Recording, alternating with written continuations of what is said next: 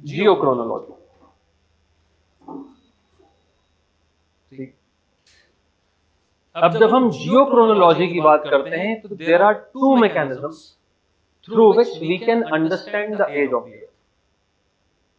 दो ऐसे मैकेनिज्म हैं जिसके थ्रू हम अर्थ की एज को समझने की कोशिश करते हैं। ठीक, इसमें से एक पार्ट होता है which is called relative geochronology.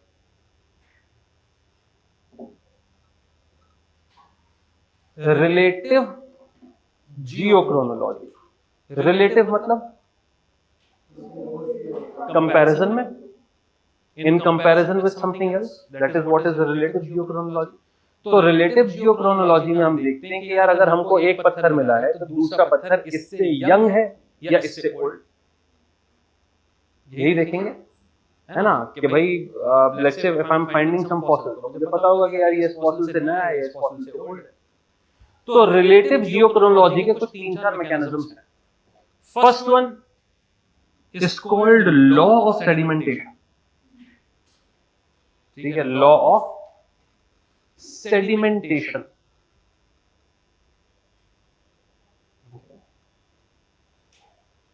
What is law of sedimentation?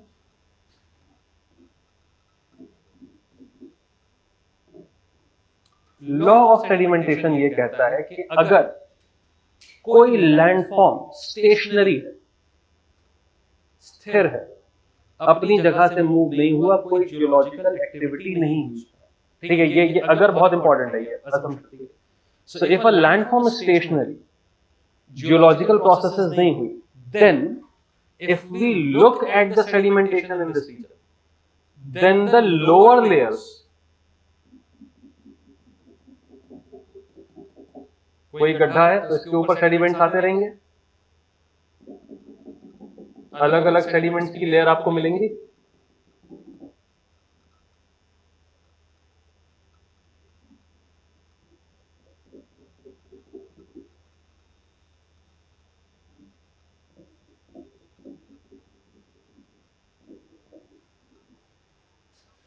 अलग अलग सेडिमेंट्स की लेयर मिलेगी, ठीक है।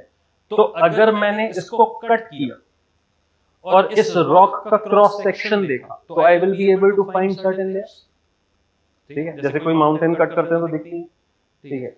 एक चीज देखिए आप, ग्रैंड कैनियन, सर्च कीजिए ग्रैंड कैनियन की इमेज, यूएस में ग्रैंड कैनियन सर्च कीजिए, इमेज सर्च कीजिए फोन की स्मार्टनेस का पूरा यूज करते हुए।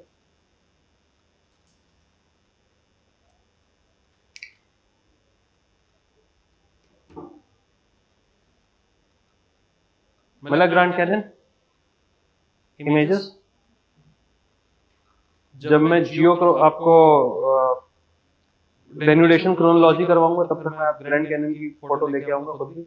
अभी आप देख लीजिए, देखिए ग्रैंड कैनियन दिख रही है आपको, ठीक है। ग्रैंड कैनियन को थोड़ा सा जूम करके देखिए, can you identify different layers in the mountain?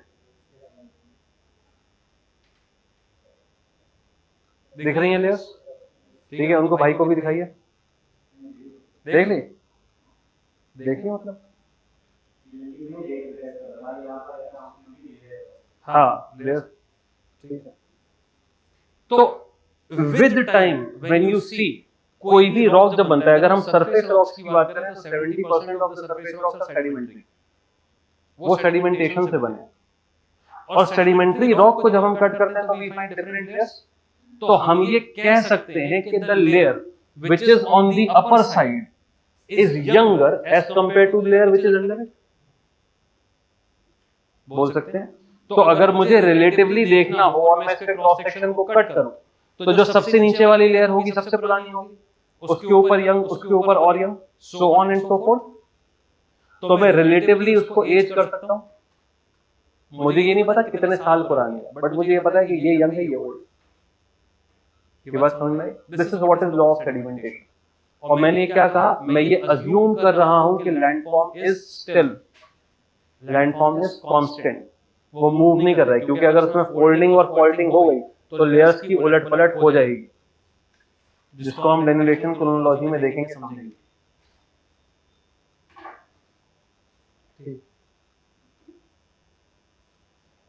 दूसरी इंपॉर्टेंट चीज आई फॉसिल्स। फॉसिल से हमको रिलेटिव जियोक्रोनोलॉजी कैसे पता चलेगी?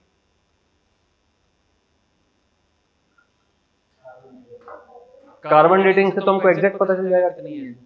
अभी तो हम रिलेटिव देख रहे हैं ना।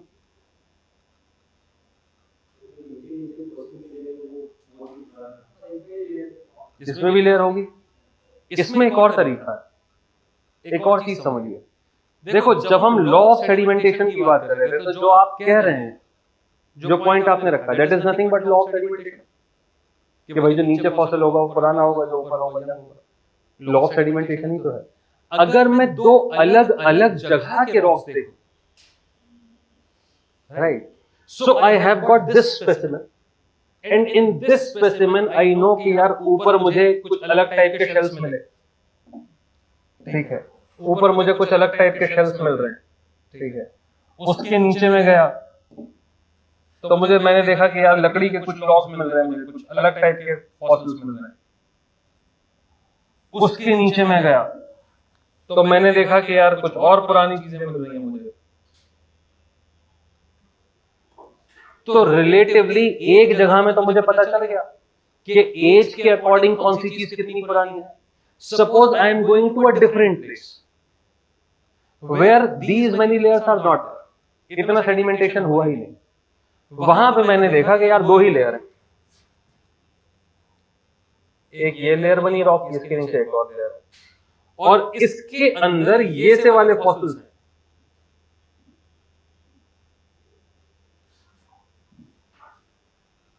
जो अभी हमने यहां देखे। So just looking at the same type of fossils, will I be able to tell that the age of this layer must be as old as the age of this layer, despite the fact कि ये अभी top में मिल रही है? बता सकते हैं ना कि भाई यहां पे सेडिमेंटेशन नहीं हुआ किसी वजह से, नहीं आया सेडिमेंट्स। तो जो लास्ट सेडिमेंटेशन मिला, I can compare this last sedimentation with this one. I will have a very fair idea कि क्या चल रहा है। तो इस तरीके से हम रिलेटिव जियोक्रोनोलॉजी करते हैं with the help of fossils. Okay, then comes palaeomagnetism. Palaeomagnetism, what is the meaning of palaeomagnetism? Palaeomagnetism का मतलब होता है magnetic properties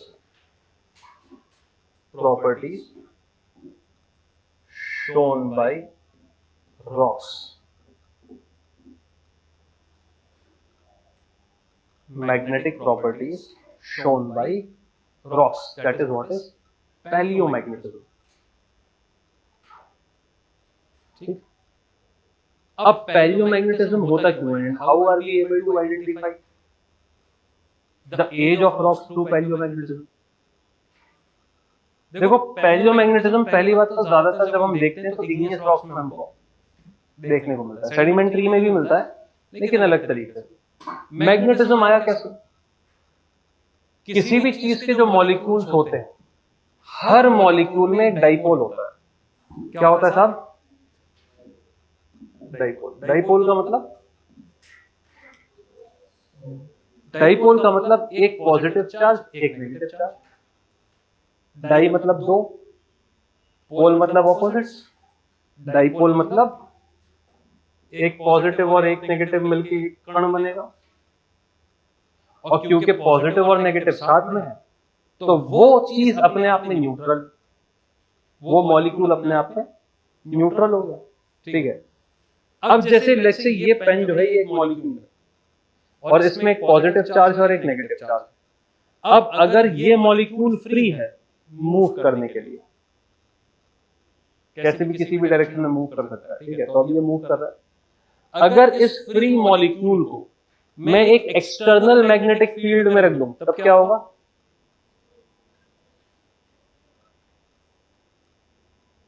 this molecule will get aligned according to the external magnetic field.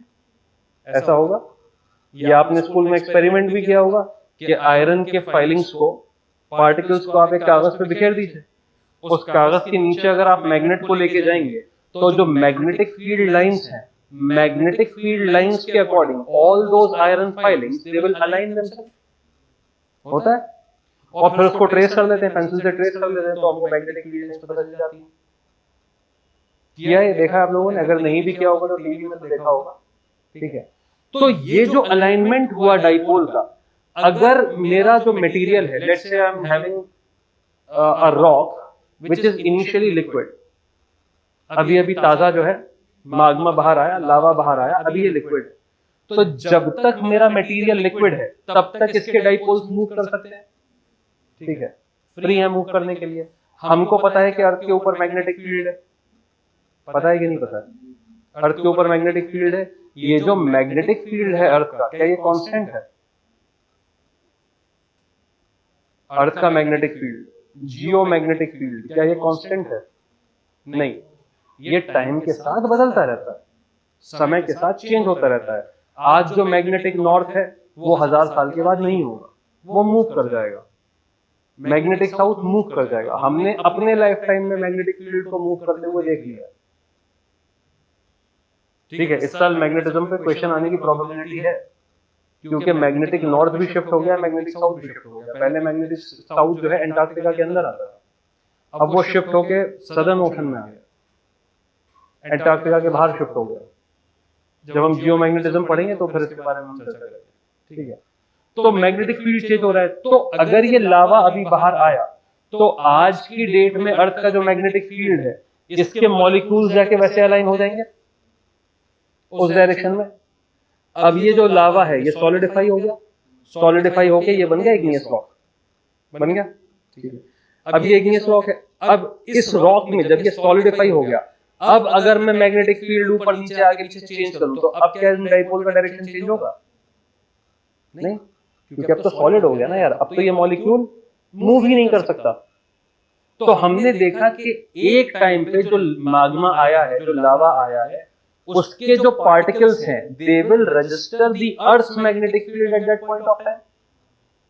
100 million year पहले अगर कोई volcanic eruption हुआ होगा तो उस वॉल्केनिक रॉक में, उस इग्नियस रॉक में अर्थ के मैग्नेटिक फील्ड के अकॉर्डिंग डाइपोल अलाइन हो गए।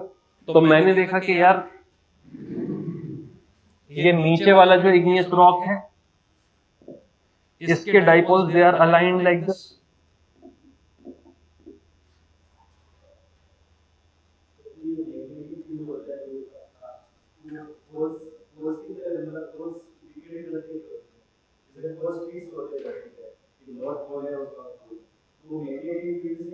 नहीं नहीं, ज्योग्राफिक नॉर्थ और साउथ अलग है।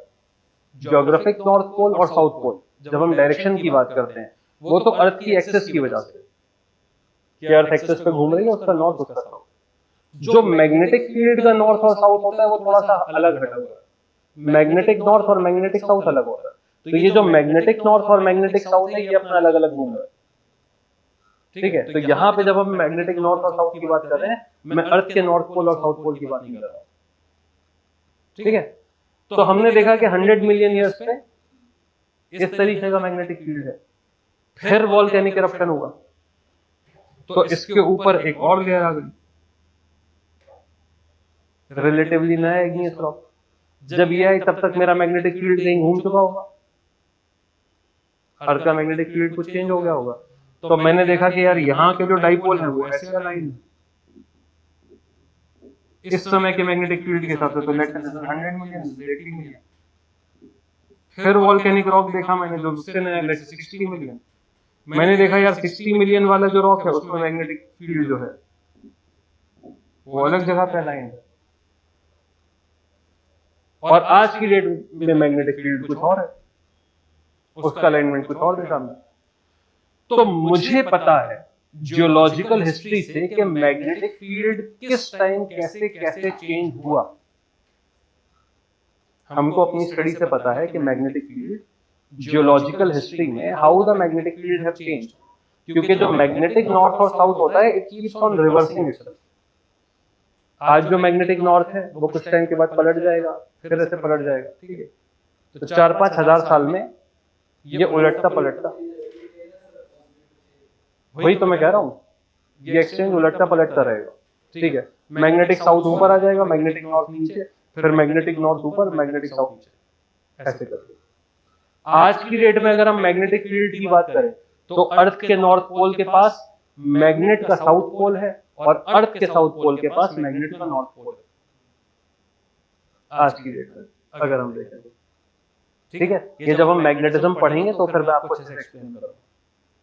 तो हमको ये पता है कि अलग अलग लेयर में क्योंकि ये डाइपोल्स चेंज हो रहे हैं। अच्छा, ये जो एक रॉक जो मैग्नेटिक फील्ड लाइन शो कर रहा है, अब एक साइड में लाइन है तो इसकी अपनी एक मैग्नेटिक प्रॉपर्टी हो गई, इसको हम पैलियोमैग्नेटिज्म कहते हैं। एक रॉक में एक तरफ अलाइन है ना हमारे सारे डाइपोल, तो उसकी अपनी एक मैग्नेटिक प्रॉपर्टी होगी कि नहीं होगी, वो पैलियोमैग्नेटिज्म होगी। Magnetism shown by rock, magnetic property shown by rock, ठीक है। तो अगर मैं सीक्वेंशियल ऑर्डर में पैलियोमैग्नेटिज्म को स्टडी करूंगा तो मैं बता सकता हूं कि कौन सा यंग रॉक है, कौन सा ओल्ड रॉक, एक जगह पे रिलेटिव जियोक्रोनोलॉजी। एग्जैक्टली अभी हम बात नहीं कर रहे, हम एग्जैक्ट भी बता सकते हैं, लेकिन अभी हम रिलेटिव की बात कर रहे हैं। ये बात समझ में आ गई, ठीक है। और भी प्रोसेसेस होती हैं रिलेटिव की, बट इतना काफी है अगर सवाल में पूछा जाए। अब रिलेटिव से तो यार ये हो गया कि मैंने बस इतना बता दिया कि कौन सा रॉक रिलेटिवली यंग है और कौन सा रॉक रिलेटिवली पुराना है। अब आपका सवाल ये होना चाहिए कि साहब रिलेटिव तो छोड़ो, हमको पता करना है कि एग्जैक्ट एज क्या है रॉक की। 100 मिलियन, 150 मिलियन, 200 मिलियन, उसके लिए वी नीड अ मैकेनिज्म जिसको हम कहते हैं absolute geochronology. Absolute geochronology, absolute geochronology मतलब जो एग्जैक्ट एज बता।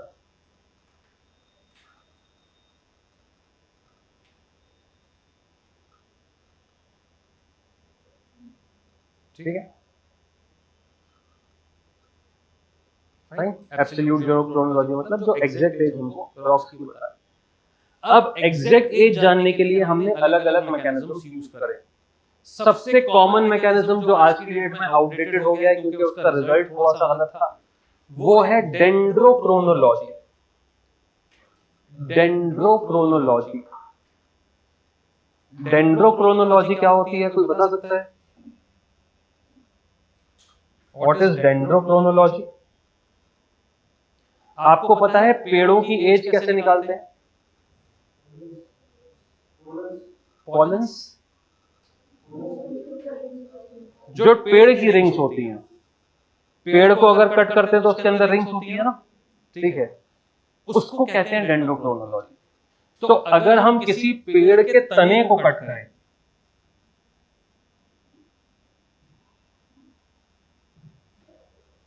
तो इसमें हम अलग अलग रिंग्स देखेंगे।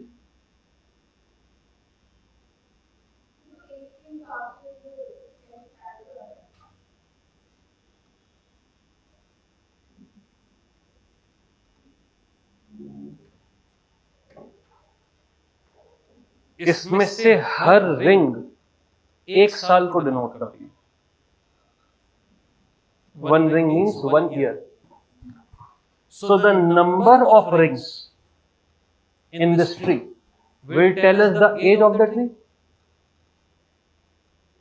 ठीक है, एक यूएस में एक साहब के घर के सामने एक बहुत पुराना पेड़ टूटा, इट डाइड, ठीक है। तो उन्होंने कहा कि यार अब ये पेड़ तो टूट गया, तो I will make something out of it. तो उन्होंने बीच में से पेड़ का एक बड़ा सा लॉग कट किया, ठीक है, और उस लॉग को कट करके अपनी एक बड़ी सी डाइनिंग टेबल, बहुत बहुत डाइनिंग टेबल बनाई, और उसमें उन्होंने क्या कर रखा है, जो रिंग्स हैं पेड़ की उसको उन्होंने काउंट कर रखा है 100 के हिसाब से। तो वो जो पेड़ निकला वो 1500 ईयर्स ओल्ड निकला, 1500 साल पुराना। इतना बड़ा सा तना, 1500 साल से वो पेड़ बेचारा कार्बन कैप्चर कर रहा था और रिंग्स बना रहा था। अच्छा, ये रिंग्स होती क्यों है पेड़ में, हमको कैसे पता कि 1 साल बता रही? ये तो बेसिक सवाल है। रिंग्स तो देखी होंगी पेड़ के बीच में, रिंग्स तो देखी होंगी, साइड से भी आप पेड़ कट कीजिए तो रिंग्स दिखती हैं। क्यों आई ये रिंग्स, कहां से आई?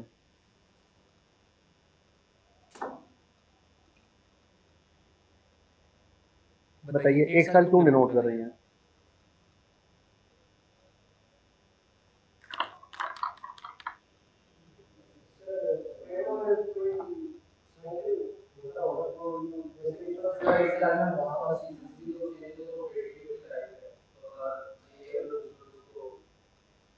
कुछ ना कुछ, क्या कुछ ना कुछ। आंसर सही है, आंसर सही है।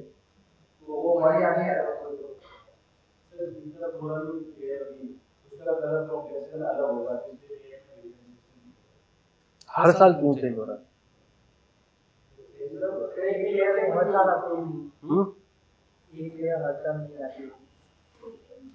पेड़ तो कॉन्स्टेंटली सांस ले रहा है ना यार।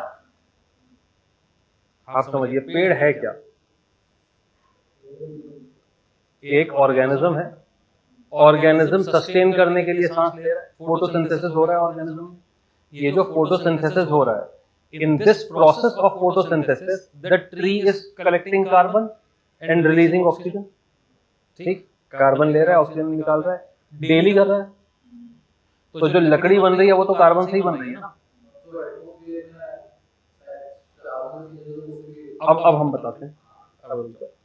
ठीक है, कार्बन तो कॉन्स्टेंटली हो रहा है, तो अगर सारी चीजें बराबर हैं तो उसमें लेयर होनी नहीं चाहिए, उसमें लेयर थोड़ी दिखनी चाहिए, सेम ही कलर का होना चाहिए ना पूरा पेड़, पूरा तना। लेकिन चेंज कहां पे आता है? मौसम बदल जाता है। Every year there is a dry season and a wet season. तो पेड़ तो कॉन्स्टेंटली बढ़ रहा है, तो for example let's say 6 months are dry, तो उस टाइम जो कार्बन कैप्चर होता है, जो लकड़ी बनती है, वो फेडेड कलर की होती है, दैट इज फेडेड। और जो बरसात के टाइम पे लकड़ी बनती है, कार्बन कैप्चर उसमें भी चल रहा है, लेयर ऐड होती जा रही है। भाई 6 महीने अगर बरसात है, या 1 महीने है, या 10 दिन है, तो 10 दिन के लिए भी अगर वो पानी होगा तो वो पानी एब्जॉर्ब करेगी लकड़ी, तो वो डार्क हो जाती है, वो लेयर डार्क हो जाती है। तो एक फेडेड और एक डार्क लेयर को मिला के एक रिंग बनती है ट्री। एक साल हो गया, फिर नेक्स्ट ईयर ड्राई सीजन, तो फिर एक फेडेड लेयर स्टार्ट हो जाएगी, फिर बारिश के सीजन में डार्क लेयर आएगी, तो एक और। इसलिए पेड़ की एक रिंग एक साल को डिनोट करती है। बात समझ में आ गई? अब आप ये सवाल पूछ सकते हैं कि सर, अगर ऐसी कंडीशन है कि साल भर बारिश हो रही है, तब तो पेड़ में रिंग नहीं होंगी। अगर कोई ड्राई सीजन है ही नहीं, रिंग क्यों आ रही है? ड्राई सीजन, ड्राई और वेट सीजन की वजह से। तो आप पूछ सकते हैं कि भाई अगर साल भर बारिश है और कोई ड्राई सीजन है ही नहीं, तो फिर पेड़ में रिंग नहीं होगी। बिल्कुल सही बात है। अगर मौसम का डिफरेंस नहीं होगा तो ट्री में रिंग्स नहीं दिखेंगी। लेकिन ऐसी अर्थ पे कोई जगह नहीं है जहां पे बिल्कुल भी मौसम का वेरिएशन ना हो।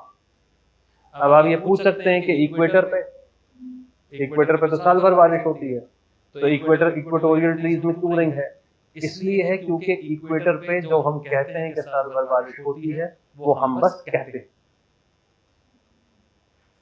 ठीक है, वो हाइपोथेटिकल सिचुएशन। इक्वेटर पे भी 2 महीने का सूखा पड़ता है। There is a dry season for 2 months at the equator also. Tilted है ना, तो समर सॉल्स्टिस, विंटर सॉल्स्टिस होता है, तो आईटीसी थोड़ा सा ऊपर शिफ्ट होता है, थोड़ा नीचे शिफ्ट होता है। मैं ये बात ये अज्यूम करके बोल रहा हूँ कि आपने शायद जीएस में थोड़ी सी ज्योग्राफी पढ़ी। ठीक है, जब मैं क्लाइमेटोलॉजी पढ़ाऊंगा तो मैं एकदम जीरो से पढ़ाऊंगा, आईटीसी वाईटीसी एक्सप्लेन करके। ठीक, तो ये जो मौसम के चेंजेस होते हैं, ये हमको थोड़े से इक्वेटर पे भी दिखते हैं। 2 महीने का ड्राई सीजन होता है, इसीलिए आप किसी भी पेड़ को कट करेंगे अगर हॉरिजॉन्टली, तो आपको ये लेयर्स दिखेंगे। ये बात समझ में आ गई सब लोगों को? तो अगर मैं इन लेयर्स को काउंट करूं तो मैं एग्जैक्ट एज बता सकता हूं। ये सेम चीज क्या मुझे पेड़ के फॉसिल्स में दिखेगी? दिखेगी। पेड़ का जो फॉसिल होता है, अगर आप फॉसिल को भी देखेंगे तो उसमें भी आप रिंग्स काउंट कर सकते हैं। इसीलिए हम फॉसिल्स को भी एज दे देते हैं। ये बात समझ में आई? इसीलिए हम इसको एब्सोल्यूट जियोक्रोनोलॉजी में रखते हैं। लेकिन मैंने आपसे क्या कहा, ये 100% एक्यूरेट नहीं है। क्यों नहीं है? क्योंकि हम पेड़ के रिंग्स काउंट करके रॉक की एज कितनी है ये बताना मुश्किल है ना यार। पेड़ के रिंग्स काउंट करके मैं पेड़ की एग्जैक्ट एज बता सकता हूँ ना कि पेड़ कितने साल जिया। उसके आसपास के रॉक्स कब बने क्या बने वो मैं कैसे बताऊंगा।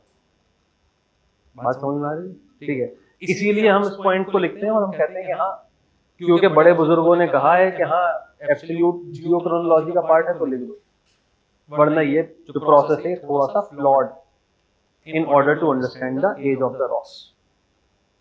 ठीक, कोई शक कोई सवाल समझ में आ गया? ठीक है भाई, जो हम बता रहे हैं समझ में आ रहा है? क्योंकि बाकी लोग तो पढ़ते रहते हैं, आप पहली बार बोर तो नहीं हो रहे हैं? नहीं समझ में तो ठीक है, बोर तो नहीं हो रहा। बोर नहीं होना यार, बोर होना तो सारा एंजॉयमेंट होते रहना चाहिए पढ़ाई में। पढ़ाई में मजा नहीं आ रहा तो बेकार है। दूसरा आया rate of sedimentation. Rate of sedimentation याद रहे हम क्या पढ़ रहे हैं? Absolute geochronology. तो with the help of rate of sedimentation how can I exactly tell the age of a rock? देखिए साहब, लेट्स से कि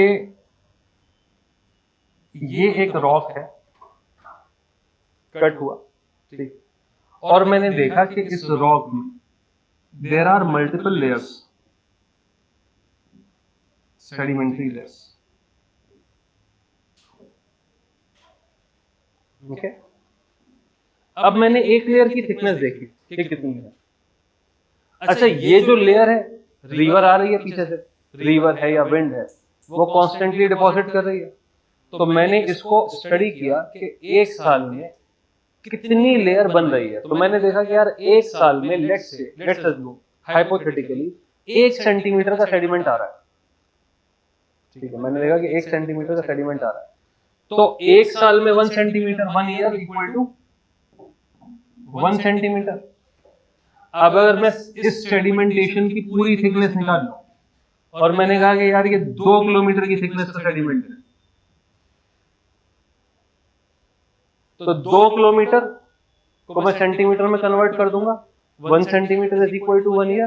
तो मुझे पता है कि मैं जितने सेंटीमीटर नीचे जाऊंगा उतने साल पुराना रॉक मिल जाएगा मुझे। तो एग्जैक्ट एज में बता सकता हूं इस चीज की। That's why it is part of absolute geochronology. ठीक है, लिख लीजिए rate of sedimentation.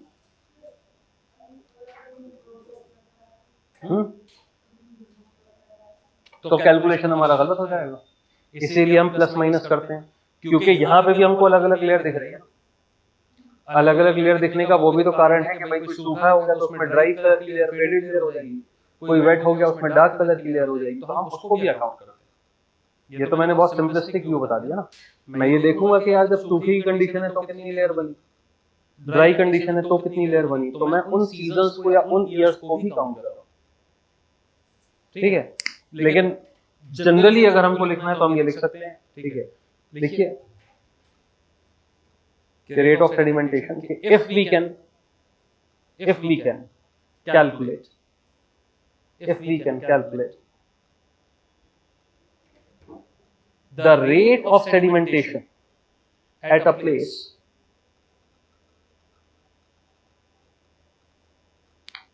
if we can calculate the rate of sedimentation at a place in terms of years, कि एक साल में कितना। ठीक है, एग्जांपल ये लिख देंगे कि 1 centimetre equal to 1 year. 1 centimetre equal to 1 year. then by measuring the thickness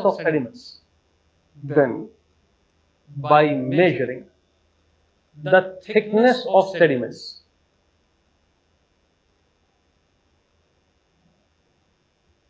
we will be able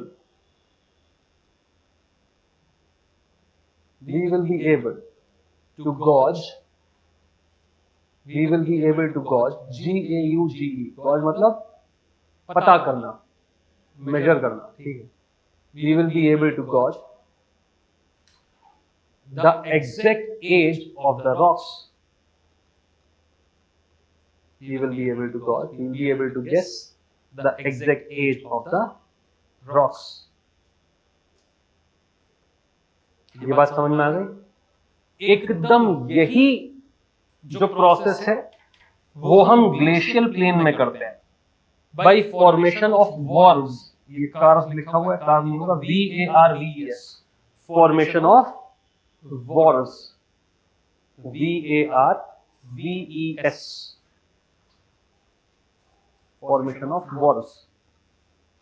वॉर्व क्या होता है भाई?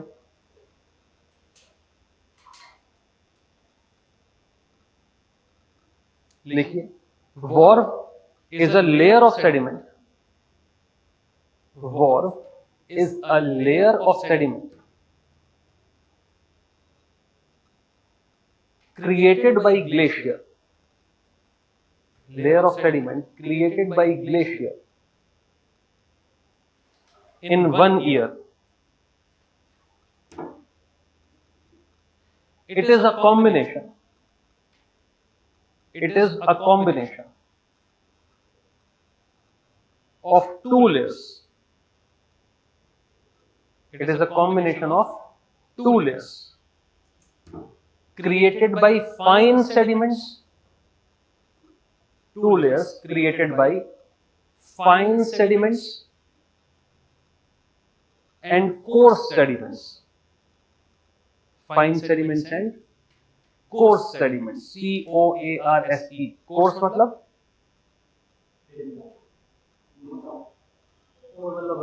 कोर्स मतलब खुरदरा, ज्यादा बड़ा. फाइन मतलब छोटा. ठीक है. Sediments, fine sediments and coarse sediments. ठीक. Representing summer season and winter season. Representing summer season and winter season.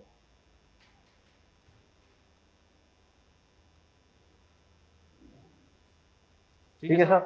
तो एकदम डेंड्रोक्रोनोलॉजी जैसा प्रोसेस है.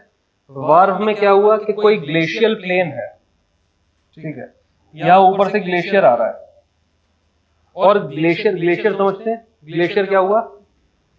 What is a glacier?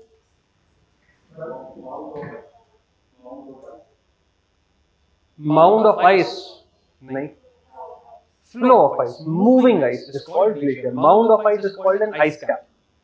और स्लोप की वजह से अगर ये आइस नीचे की तरफ बहने लगे तो उसको हम कहते हैं ग्लेशियर. ठीक है. तो ग्लेशियर एक तरीके से फ्रोजन रिवर हो गई टेक्निकली. तो ये जब आइस आ रही है नीचे, तो जब तक ये सॉलिड है तब तक ये ज्यादा बड़े बोल्डर्स को पुश करके नीचे की तरफ लेके आ सकती है. सॉलिड है, पुश कर सकती है. ठीक है. तो जब विंटर सीजन होगा तो हम देखेंगे कि आइस की मात्रा ज्यादा होगी, तो ये नीचे ले आएगी कोर्स सेडिमेंट्स. ठीक है. ये नीचे जो है कोर्स सेडिमेंट सेटल होगा. अब आया समर सीजन. जब समर सीजन आएगा तो ये जो ग्लेशियर आ रहा था ये कहीं पीछे ही मेल्ट हो जाएगा, उतना नीचे तक नहीं आएगा एल्टीट्यूड में, ऊपर ही इसकी मेल्टिंग स्टार्ट हो जाएगी. तो समर सीजन में अगर मेल्टिंग जल्दी हो जाएगी तो यहां पे जो पानी सेडिमेंट्स लेके आएगा तो एक लेयर किसकी आ जाएगी? फाइन सेडिमेंट्स की आ जाएगी. फिर नेक्स्ट ईयर विंटर सीजन आया, फिर ग्लेशियर नीचे तक आएगा तो ज्यादा बड़े पेबल्स लेके आएगा, तो इसके ऊपर फिर एक लेयर आ जाएगी कोर्स सेडिमेंट. फिर समर सीजन तो fine sediments, so on and so fourth.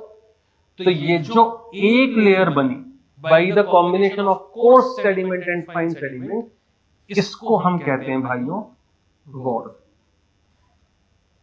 ठीक है. अब ऐसी लेयर्स बनती चली जाएंगी ऊपर तक, सैंडविच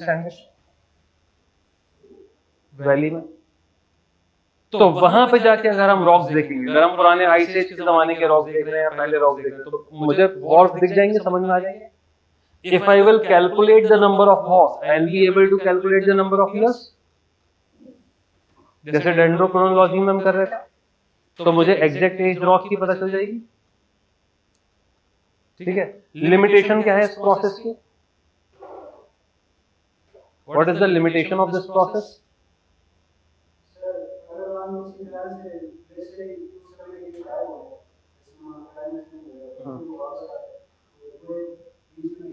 वो एक लिमिटेशन है, गैप आ जाएगा। एक और लिमिटेशन है, ये मेथड मैं वहीं पे यूज कर सकता हूँ जहां ग्लेशियर है। पूरी अर्थ में हर जगह ग्लेशियर तो नहीं है, this method can be used only at a place where there are glaciers, right? What was the disadvantage of this rate of sedimentation process? वो जो अभी बताया था कि ऐसा हो सकता है कि किसी साल फ्लड आ जाए, किसी साल ड्रॉट आ जाए, तो रेट ऑफ सेडिमेंटेशन हमेशा कांस्टेंट नहीं रह सकता। फ्लॉज हैं कि नहीं है? तो हमने देखा कि चाहे डेंड्रोक्रोनोलॉजी हो, रेट ऑफ सेडिमेंटेशन हो, फॉर्मेशन ऑफ वॉल्स हो, हम बोल तो रहे हैं कि हाँ एब्सोल्यूट निकाल रहे हैं, लेकिन हम हर तरीके से एब्सोल्यूट नहीं निकाल सकते। Also this process is only relevant in sedimentary rocks. जो टॉप लेयर के रॉक्स हैं सेडिमेंट्री रॉक्स, उसी में तो मिलेगा भाई। War sedimentary, law of sedimentation हम कहीं पे भी देखेंगे तो सेडिमेंट्री रॉक्स में देखेंगे। डेंड्रोक्रोनोलॉजी सेडिमेंट्री रॉक्स में देखेंगे। फॉसिल कौन से रॉक्स में मिलते हैं? सेडिमेंट्री रॉक्स में तो मिलते हैं। तो ये तीनों ही जो ऊपर की प्रोसेसेस हमने लिखी हैं, they are all confined to sedimentary rocks. Problem समझ में आ रही है?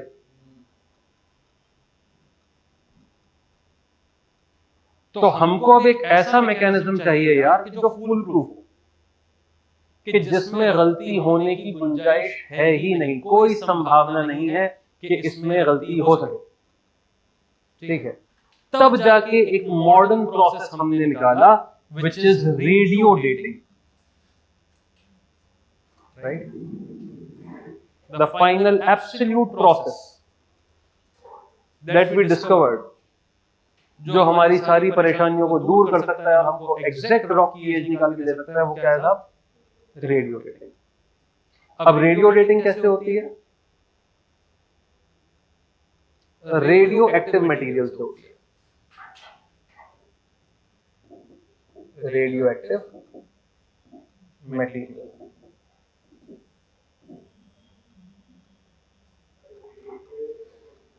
क्या चीज भाई?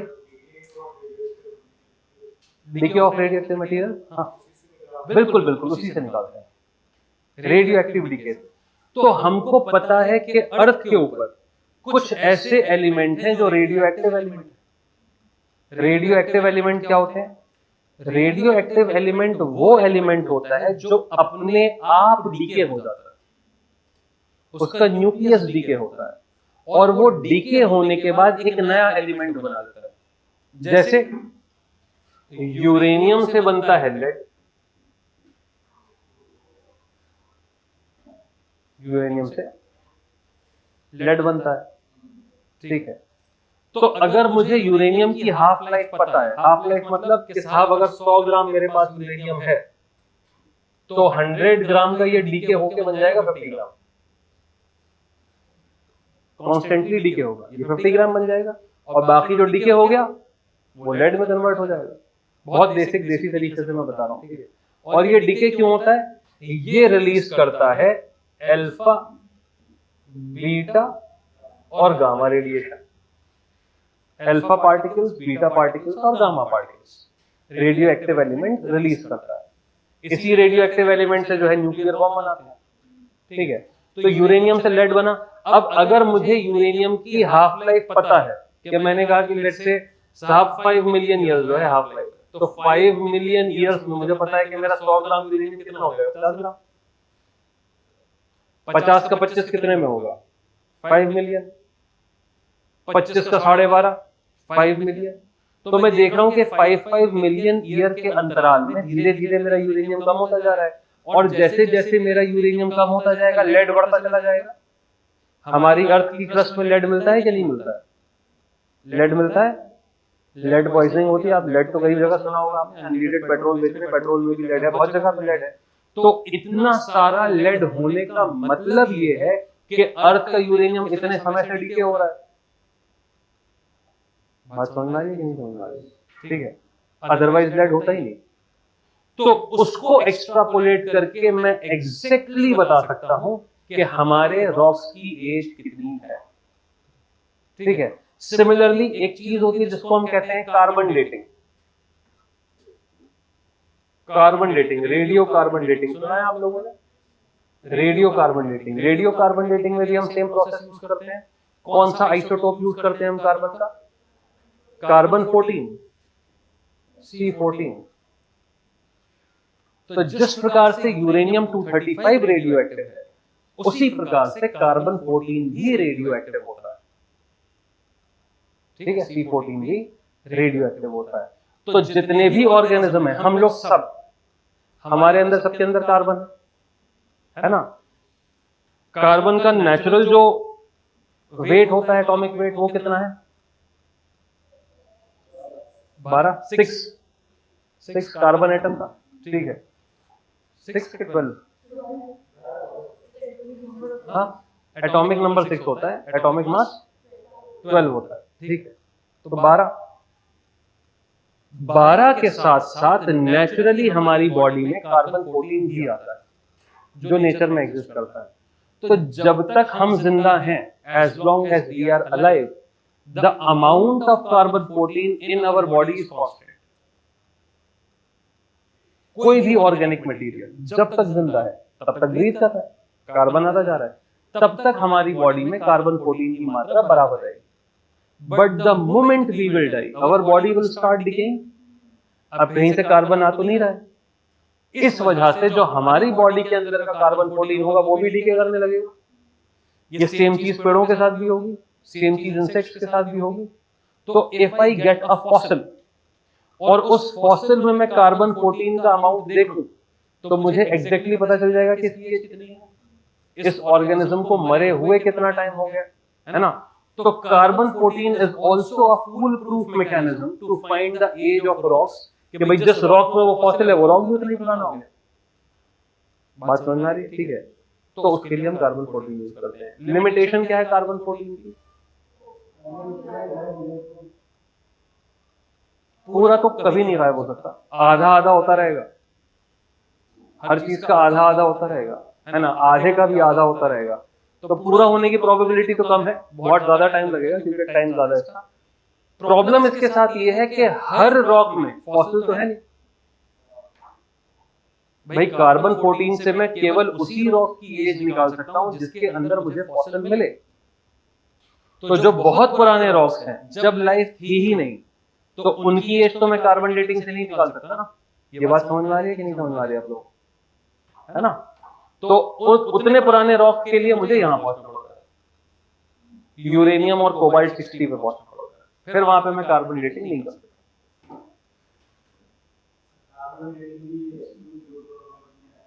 हाँ, एब्सोल्यूट में आएगा बिल्कुल, क्योंकि इसमें तो मैं एग्जैक्ट एज निकाल रहा हूं ना। कार्बन का डीके रेडियो एक्टिव डीके ही हो रहा है ना। Carbon dating is also a type of radio dating. जैसे यूरेनियम 235 से कर रहे थे, वैसे कार्बन 14 से कर रहे हैं। बिल्कुल बिल्कुल, फॉसिल है, कोई ऑर्गेनिक मटेरियल है, तभी हम कार्बन डेटिंग कर सकते हैं, अदरवाइज नहीं कर सकते।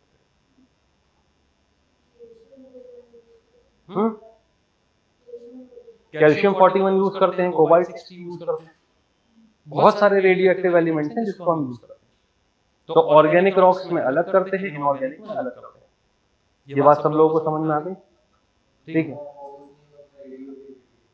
ये भी रेडियो एक्टिव डेटिंग है, कार्बन 14 इज ऑल्सो, हाँ, यूरेनियम, कोबाल्ट, कैल्शियम,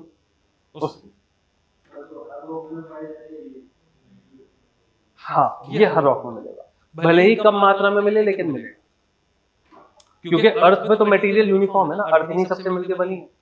तो जितना हम डेप्थ में जाएंगे उसमें हमको कहीं ना कहीं कोबाल्ट 60, यूरेनियम 235 मिलेगा। इतना नहीं मिलेगा कि एक्सट्रैक्ट कर सके, उसको निकाल के और के तरीके से यूज नहीं कर सकते, लेकिन कोई ना कोई रेडियो एक्टिव एलिमेंट हमको मिलेगा। ठीक है भाइयों, चलें आगे। अब ये पूरा जियोक्रोनोलॉजी करके, तामझाम करके, अब हमने एक डेटलाइन क्रिएट करी, और ये डेटलाइन क्रिएट करने में भी बड़ी चूतल आती है, क्योंकि नोबडी वाज इंटरेस्टेड। आपसे आज तक पूछा गया है क्या कि कौन सी पर्मियन एज, कौन सी सेलुरियन, कौन सी डेवोनियन आपकी जिंदगी में कभी जरूरत पड़ी? नहीं पढ़ी, आगे भी नहीं पढ़ेगी, ठीक, आगे भी नहीं पढ़ेगी। लेकिन जियोलॉजिस्ट जो है वो इस चीज को लेकर बड़े सेंटी हुए रहते हैं कि इसकी एज जितनी है नहीं, इस फॉसिल की एज जितनी है नहीं, इसको हम यहाँ पे रखेंगे नहीं। तो इतना हंगामा हुआ, उसके बाद से हमने एक मैकेनिज्म बनाया कि साहब चलो छोड़ो, लड़ाई लड़ाई माफ करो, ठीक है, लेट्स क्रिएट अ मैकेनिज्म। ये जो आपको काफी टेक्स्ट बुक्स में देखने को मिलता है, सुना होगा आप लोगों ने, ठीक है। As a student of geography देखा होगा ना बुक्स में, बहुत सारी बायो की भी बुक में ये दिया होता है, सब में दिया होता है। तो as a student of geography let us understand कि ये बोल क्या रहा है, कहानी क्या है, ठीक है। रटने की जरूरत नहीं है, रटना पड़ेगा नहीं, आपको एक दो बार देखेंगे आपको वैसे ही याद हो जाएगा। मतलब हमको एक ब्रॉड अंडरस्टैंडिंग होनी चाहिए कि हम कौन सी एरा की बात कर रहे हैं, एक ब्रॉड अंडरस्टैंडिंग। कि मैं आपसे कह दूं कि यार हिमालयन फॉर्मेशन कौन से टाइम में हुआ, तो आप मुझे बता सकेंगे वो ईओसीन था कि ईओसीन, ठीक है। ऐसा नहीं कि यहां से लेके यहां तक ये, यहां से लेके यहां तक, रटने की जरूरत नहीं, ठीक है। एक ब्रॉड आपको पता हो कि हाँ हिमालय डायनासोर से पुराने हैं कि डायनासोर ज्यादा पुराने हैं। सवाल कौन है, हिमालय ज्यादा पुराने हैं कि डायनासोर ज्यादा पुराने? डायनासोर ज्यादा पुराने। अब अप्रिशिएट कर पा रहे हैं इस नॉलेज को? ये आप किसी आदमी के सामने पूछ के फ्लेक्स कर सकते हैं ना कि बेटे बताओ, ठीक है, तो वो उसको भी लगेगा कि भाई साहब कितना पढ़ा लिखा आदमी, ये तो सोचा ही नहीं हमने, है ना, ठीक है। तो अब जब हमने जियोलॉजिकल अर्थ की हिस्ट्री देखी तो ब्रॉडली हमने उसे दो टाइमलाइन में डिवाइड किया। पहले मेरी बात सुनिएगा फिर इधर देखिए। ब्रॉडली हमने दो टाइमलाइन में उसको डिवाइड किया। एक टाइमलाइन वो जब अर्थ के ऊपर किसी भी तरीके की लाइफ नहीं थी, ठीक है, कोई भी लाइफ प्रेजेंट नहीं थी, उस टाइमलाइन को हमने कहा एजोइक। जोइक मतलब लाइफ, वो टाइमलाइन हो गई हमारी एजोइक। और फिर हमने देखा कि यार लाइफ आई अर्थ पे, ठीक है, तो जब से लाइफ आई उस टाइमलाइन को हमने क्या दिया, जोइक। कि यहां से जूलॉजी स्टार्ट हो गई, यहां से जोइक स्टार्ट हो गई, थोड़ी बहुत लाइफ हमको देखने को मिल रही है। अब ये एजोइक और जोइक में जमीन आसमान का फर्क है कि लाइफ अर्थ पे बनना शुरू हुई अर्थ के बनने के बहुत समय के बाद। अगेन उधर ध्यान दीजिए, मेरी बात ध्यान दीजिए, ठीक है। एज ऑफ अर्थ कितनी है, 4.6 बिलियन ईयर्स। टेक्निकली अगर इसको सही तरीके से कहा जाता है तो इसको कहा जाता है 4.54 बिलियन प्लस माइनस 0.05 ईयर्स, ठीक है।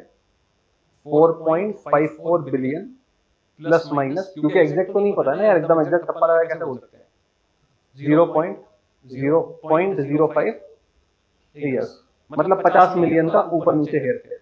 तो 50 मिलियन ऐड कर दो तो 4.6 बिलियन ईयर्स हो जाएगा। ये बात समझ में आ गई सब लोगों को, 4.54 प्लस माइनस 0.05, ठीक है। तो 4.6 बिलियन ईयर्स हमने ले लिया। लाइफ की अगर हम शुरुआत देखें तो लाइफ की शुरुआत हो रही है करीब 500-600 मिलियन ईयर्स से, 600 मिलियन ईयर्स, ठीक। 600 मिलियन ईयर्स का मतलब ये है कि साहब अर्थ के बनने के बाद for about 4 billion years there was no life. 4.6 billion year बोला ना आपने, और हम आपको बता रहे हैं कि साहब 600 मिलियन ईयर से लाइफ शुरू हुई, स्टार्ट हुई। तो 600 मिलियन ईयर तो बहुत रिसेंट हो गया ना यार, अभी कल की बात हो गई ना। 4 बिलियन ईयर्स के सामने 4 बिलियन ईयर्स मतलब 4000 मिलियन ईयर्स। 4000 मिलियन ईयर्स बहुत हुआ भाई साहब। तो जो 4000 मिलियन ईयर्स की हिस्ट्री है उसके बारे में हमें जानकारी बहुत कम, एकदम नेसेंट स्टेज पे है, खोजने की कोशिश कर रहे हैं। अच्छा, उसका कारण ये भी है कि भाई कार्बन डेटिंग तो हो नहीं सकती, रेडियो एक्टिव एलिमेंट्स हम ढूंढते हैं, और जैसे भाई ने अभी सवाल पूछा कि क्या हर चीज में रेडियो एक्टिव एलिमेंट है, अगर है भी तो बहुत कम, तो अगर इतना कम है तो मेरे पास क्या उतने सोफिस्टिकेटेड इंस्ट्रूमेंट है कि मैं इतना सा रेडियो एक्टिव एलिमेंट हो उसकी हाफ लाइफ निकाल सकूं? बहुत कम है, बहुत मुश्किल है। तो साहब ये एज निकालने में हमको बहुत मुश्किल हुई, और आज भी बहुत सारी कॉन्ट्रोवर्सीज हैं इसमें। ये जो एज हम देखते हैं कॉमनली लिखी हुई, इसके भी सब एराज हैं। जैसे ईपॉक लिखा है यहाँ पे, ट्राइएसिक पीरियड होगा, ट्राइएसिक के भी ईपॉक है, lower Triassic, middle Triassic, upper Triassic, lower Jurassic, middle Jurassic, upper Jurassic, lower Cretaceous, middle Cretaceous, upper Cretaceous, उसके भी जो है अलग अलग डाइसेक्शंस हैं, बाइसेक्शंस हैं। वो हमको नहीं देखना है, हमको नहीं जानना है, हमको ब्रॉड जो है ये नॉलेज है। तो अगर हम जोइक और एजोइक में देखें तो जो एजोइक है उसमें 3 पार्ट हमारे आ गए, जिसको हम आम भाषा में प्री कैम्ब्रियन कहते हैं। सुना होगा प्री कैम्ब्रियन, सुना होगा आप लोगों ने, Precambrian mountain, Precambrian region, Precambrian timeline. इसको हमने क्या कहा? इसको हमने कहा प्री कैम्ब्रियन, प्री कैम्ब्रियन। ठीक है, तो 4.54 बिलियन ईयर्स से 541 मिलियन ईयर्स तक ये टाइम पीरियड आ रहा है, 4 बिलियन ईयर। इसको अगर पाई चार्ट में देखें तो जो प्री कैम्ब्रियन एरा है उसको हमने 3 पार्ट में डिवाइड किया। ठीक है, एक पार्ट हुआ जिसको हम कहते हैं हेडियन। हेडियन, हेडियन का क्या मतलब हुआ, कोई बता सकता है? हेडीस नाम सुना है किसी ने? हेडीस नाम ही सुना है बस। ठीक है, हेडीस को कहते हैं God of hell, God of hell. ठीक है, ये जो आप ये नहीं है गॉड ऑफ इजिप्ट, उसमें मूवी, उसमें हेडीज निकल के आता है ना नीचे, ग्रीक गॉड है या इजिप्शियन गॉड है मैं भूल रहा हूँ। ठीक है, आई थिंक ग्रीक गॉड है। तो उसमें निकल के हेडीज आता है कि भाई हेडीज था उसका ओडिन, इसका लड़का, ज़्यूस का लड़का, उसको मार के उसने हेल में भेज के बदतमीजी कर रहा था। ठीक है, पापी आदमी, और फिर वो ऊपर आ गया। तो एक एरा को हमने कहा हेडियन एरा। वहां से हेडियन एरा आइडिया कहां से आया? हेल से। हेल में क्या चल रहा है भाई साहब? हेल में क्या चल रहा है? बारिश नहीं चल रही हेल में, जल रही है, जल रही है ना, जल रही है। तो मतलब वो period when the temperature of earth was extremely high, where earth was almost molten, है ना, वो वाला पीरियड जब अर्थ जो है ऑलमोस्ट मॉल्टन होगी, तापमान बहुत ज्यादा होगा, 5000 डिग्री सेंटीग्रेड के करीब। उस टाइम अर्थ पे लाइफ हो सकती है? नहीं हो सकती। क्या उस टाइम अर्थ के ऊपर क्रस्ट थी, सतह थी? नहीं थी। अभी एवोल्यूशन ऑफ अर्थ पढ़ेंगे हम लोग, बहुत डिटेल में पढ़ेंगे। ठीक है, लेकिन ये तो सबको पता है ना कि अर्थ एक टाइम में मॉल्टन थी। तो वो वाला जो पीरियड है जिसके बारे में हमें कोई हवा नहीं है, उसको हमने बोल दिया हेडियन। तो भाई 13% एज जो है वो हेडियन हो गई। 13% एज का मतलब है फ्रॉम 4.5 टू 4 बिलियन ईयर्स। 4.6 जब से अर्थ बनी तब से लेके 4 बिलियन ईयर तक अर्थ के ऊपर क्रस्ट नहीं थी, लिथोस्फीयर नहीं बना था अर्थ का, मशी सी थी अर्थ, गरम आग का गोला। ठीक है, जब एवोल्यूशन पढ़ेंगे तो इस चीज को याद रखिएगा। अब 4.6 से 4 बिलियन, 600 मिलियन ईयर्स हो गए। अब आप एस्टिमेट कर रहे हैं कि जितनी लंबी हेडियन एरा थी उतनी ही बड़ी अभी वो एरा है जहां पे लाइफ है। 600 मिलियन ईयर ही तो बताया था मैंने आपको, जितने में लाइफ है। 600 मिलियन ईयर तक ही अर्थ पे आग थी, उसके बाद अर्थ की क्रस्ट बनी। तो जब अर्थ का लिथोस्फीयर बना तो मुझे सबसे पुराना रॉक मिलेगा, ओल्डेस्ट रॉक। ठीक है, ये जो सबसे पुराना रॉक हमको मिलता है, ओल्डेस्ट रॉक, उसको हम कहते हैं आर्कियन रॉक। जब हम इंडियन ज्योग्राफी पढ़ेंगे तो जो ओल्डेस्ट रॉक हम पढ़ेंगे स्कीम में वो आर्कियन रॉक पढ़ेंगे। तो Archean rock is a type of Precambrian rock. अक्सर बच्चे कंफ्यूज जाते हैं, वो कहते हैं सर स्टैंडर्ड बुक में पढ़ते हैं तो प्री कैम्ब्रियन लिखा होता है, लेकिन इंडियन ज्योग्राफी की किताब पढ़ो तो उसमें आर्कियन लिखा होता है। क्या डिफरेंस है? कोई डिफरेंस नहीं। आर्कियन इज अ सब type of Precambrian rock. तो सबसे पुराना हेडियन रॉक मिलेगा आपको? नहीं, वो तो रॉक था ही नहीं, तो लिक्विड था। उसके बाद जो सबसे पुराना रॉक मिलेगा वो मिलेगा हमको आर्कियन। ठीक है, अब ये पूरा 33% टाइमलाइन ये खा गया आर्कियन रॉक। कोई इसमें फॉसिल मिलेगा? क्यों? अब ये बात याद रहेगी आपको जिंदगी भर। इंडियन ज्योग्राफी जब पढ़ेंगे उसमें अगर पूछ लिया आपसे, प्रीलिम्स में पूछ लिया एमसीक्यू में कि आर्कियन रॉक की कार्बन डेटिंग हो सकती है? नहीं हो सकती, कार्बन ही नहीं है। कार्बन होगा तभी तो कार्बन डेटिंग होगी भाई साहब। ठीक है, तो ऐसे जो क्वेश्चन पूछ लेता है ना यूपीएससी, आप देखते हैं कि यार ये पॉइंट तो कहीं लिखा ही नहीं है। ये आपको पता है, ये चीज अब लिखने की जरूरत नहीं है, अब आपको पता रहेगा, अब ये जिंदगी भर के लिए आपको पता है कि हाँ आर्कियन रॉक में भाई साहब फॉसिल नहीं होगा। ठीक है, उसके बाद प्री कैम्ब्रियन एरा में ही एक एरा आई जिसको हमने कहा प्रोटेरोजोइक, जो अक्सर लोग मिस कर जाते हैं, प्रोटेरोजोइक। प्रोटेरोजोइक। अब ये जो प्रोटेरोजोइक एरा है, यहां से हल्की सी लाइफ स्टार्ट हुई।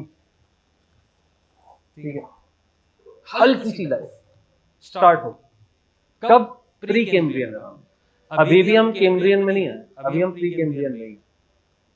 अब ये लाइफ इतनी कम है कि इसको भी स्टडी करना बहुत मुश्किल है, इतनी कम है। क्या मिल रहा है हमको यहाँ पे? प्रोटोजोआ। प्रोटेरोजोइक है ना, प्रोटोजोआ क्या होता है? बैक्टीरिया अलग होता है, प्रोटोजोआ अलग होता है। सिंगल सेल्ड ऑर्गेनिज्म है, सिंगल सेल्ड ऑर्गेनिज्म है, सिंगल सेल दिखता है नेकेड आई से, टेलीस्कोप से भी बड़ी मुश्किल से दिखता है। अमीबा, प्रोटोजोआ, अमीबा कितनी मुश्किल से दिखता है। तो अगर प्रोटोजोआ है भी रॉक में तो क्या उसका फॉसिल मैं देख पाऊंगा? सिंगल सेल्ड ऑर्गेनिज्म का कहां से फॉसिल बन जाएगा? राइट, तो वो भी नहीं मिल रहा है, इसलिए हम इसको प्री कैम्ब्रियन एरा में रखते हैं। ठीक है, अब सिंगल सेल्ड ऑर्गेनिज्म से, प्रोटोजोन से, जब अगेन एवोल्यूशन ऑफ अर्थ पढ़ेंगे तो मैं इसका यूज बताऊंगा आपको कि प्रोटोजोआ ने अर्थ पे आके क्या किया, ये मैं डिस्कस करूंगा। लेकिन अभी हम मान लेते हैं कि यार अभी लाइफ ऑलमोस्ट नेग्लिजिबल। ठीक है, अब धीरे धीरे सिंगल सेल्ड ऑर्गेनिज्म से हमने देखा कि मल्टी सेल्यूलर ऑर्गेनिज्म बनना शुरू हुए, और इसी दौरान समुद्र भी बन गया, ग्लोबल ओशन भी क्रिएट हो गया। जब वो हो गया तो हमने देखा कि एकदम से अर्थ के ऊपर लाइफ का बर्स्ट हुआ, सडनली लाइफ स्टार्टेड, एकदम से लाइफ जो है भड़बड़ा के शुरू हो गई in the form of non vertebrates, बिना हड्डी वाले ऑर्गेनिज्म, बट मल्टी सेल्यूलर। कहां पे होंगे? ओशन के अंदर। ठीक है, इस बर्स्ट को हम कहते हैं कैम्ब्रियन बर्स्ट। ये जो लाइफ का बर्स्ट हुआ, इसको जनरल भाषा में हमने क्या बोला? Cambrian burst. ये जो कैम्ब्रिया टर्म है, प्री कैम्ब्रियन, कैम्ब्रियन, ये कैम्ब्रिया का मतलब क्या है? कैम्ब्रियन एज जहां से स्टार्ट हो गई,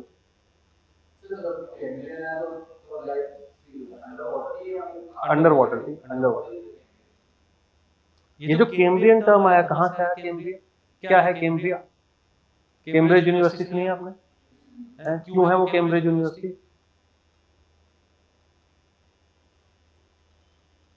कैम्ब्रिया जो है वो वेल्स का नाम था, रोमन एरा में वेल्स को कैम्ब्रिया बोलते थे।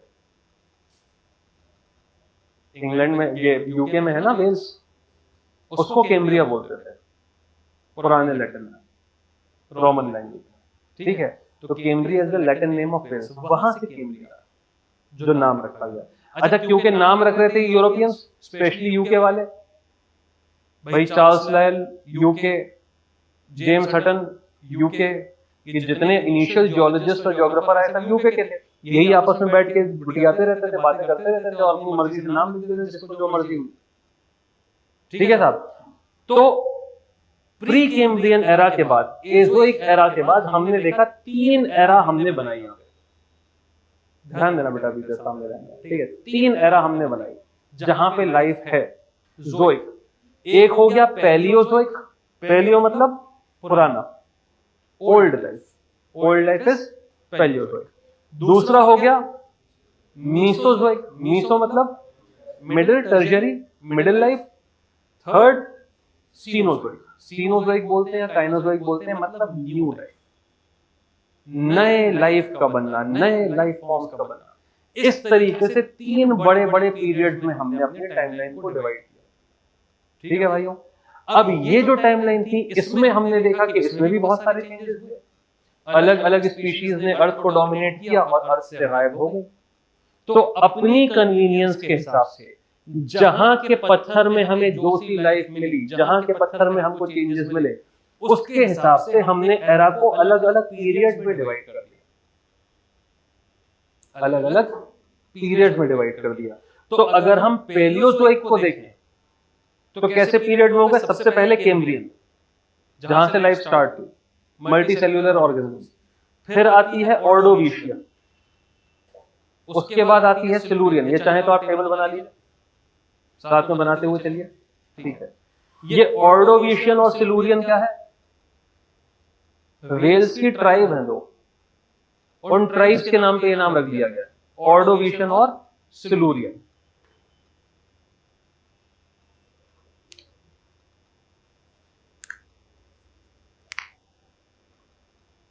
ठीक है, और ये ऑर्डोविशियन भी जबरदस्ती घुसाया गया था, एक साइंटिस्ट कर दिए थे, जियोग्राफर, जियोलॉजिस्ट, जो तलाश कर दिया था कि नहीं सिलूरियन और कैम्ब्रिज के बीच में ये होना चाहिए, ये बीच की लाइफ, घुसाओ घुसाओ।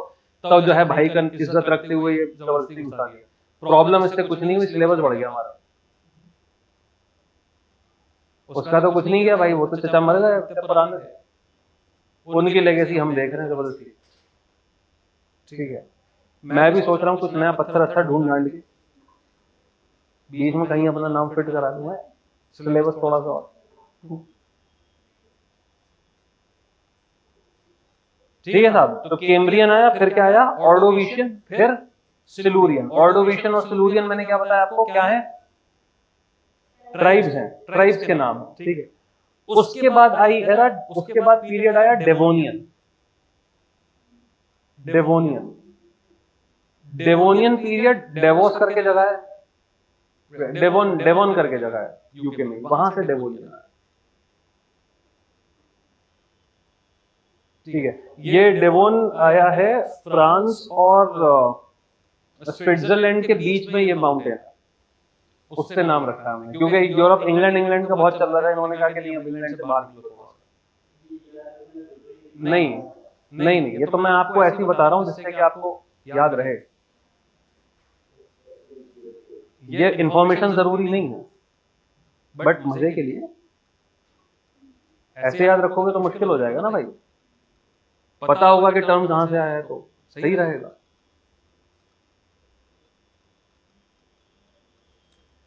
अब यहां पे भाइयों चल क्या रहा है? ठीक है, ये तो सब हो गए। यहां चल रहे थे सिंगल सेल्यूलर ऑर्गेनिज्म, ठीक है। प्री कैम्ब्रियन में हमने देखा प्रोटोजोन। जब हम कैम्ब्रियन में आए तो हमने देखा मल्टी सेल्यूलर ऑर्गेनिज्म स्टार्ट हो गए थे, मोलस्क, मोलस्क जैसे, जिनका स्केलेटन नहीं था, फ्लैजेला जैसे पानी में फड़फड़ा रहे थे।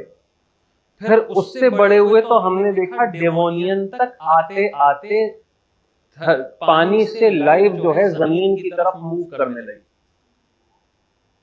मछलियां लाइफ बनी, वर्टिब्रेट्स आ गए, वर्टिब्रेट्स से सबसे पहले मछली आई, वर्टिब्रेट्स है, और वर्टिब्रेट्स के बाद हमने देखा कि वर्टिब्रेट्स को पानी में थोड़ा सा लगा कि क्यों ही पानी में तैर रहे हैं, चलो जमीन पे चले, तो ये रेंगते जमीन में आ गए। ठीक, कहानी, लाइफ की कहानी। तो डेवोनियन तक ये चला।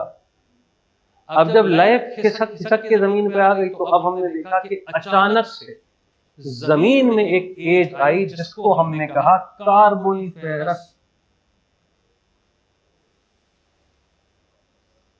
कार्बोनिफेरस,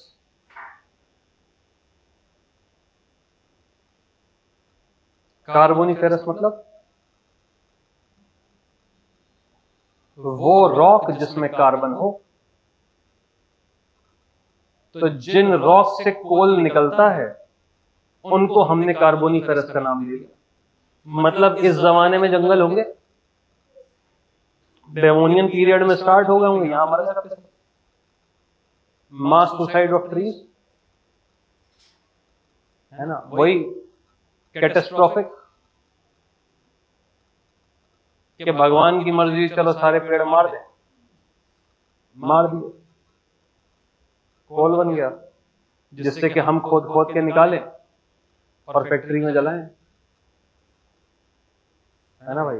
अरे आप लोग लिखते ही जाएंगे तो सुनेंगे, लिख लीजिएगा भाई, है ठीक है। ये तो मैं आपको दे ही दूंगा, वो तो मैं आपको मजे के लिए कह रहा हूँ कि हाँ लिख लेंगे अपने हाथ से, थोड़ा सा आ जाएगा। लेकिन कार्बोनिफेरस समझ में आया, ठीक है। कार्बोनिफेरस के बाद हमने देखा कि जब पेड़ आ गए तो वर्टिब्रेट जमीन पे भी आ गए, रेप्टाइल वेप्टाइल जमीन पे भी दौड़ने लगे। वो एज हो गई आपकी पर्मियन, आ गई पर्मियन। यहां तक कि पैलियोजोइक की कहानी समझ में आ गई, पुरानी लाइफ की कहानी, ठीक है। अब जब पुरानी लाइफ यहां तक बन गई तो 541 मिलियन ईयर से आ गए हम 252 मिलियन ईयर तक, almost 250 million years, 250 million years में ये चल रहा था। अब जब अर्थ के ऊपर पेड़ आ गए बहुत सारे, तो पेड़ों ने अर्थ के ऊपर जो कार्बन था उसको कैप्चर करना शुरू किया।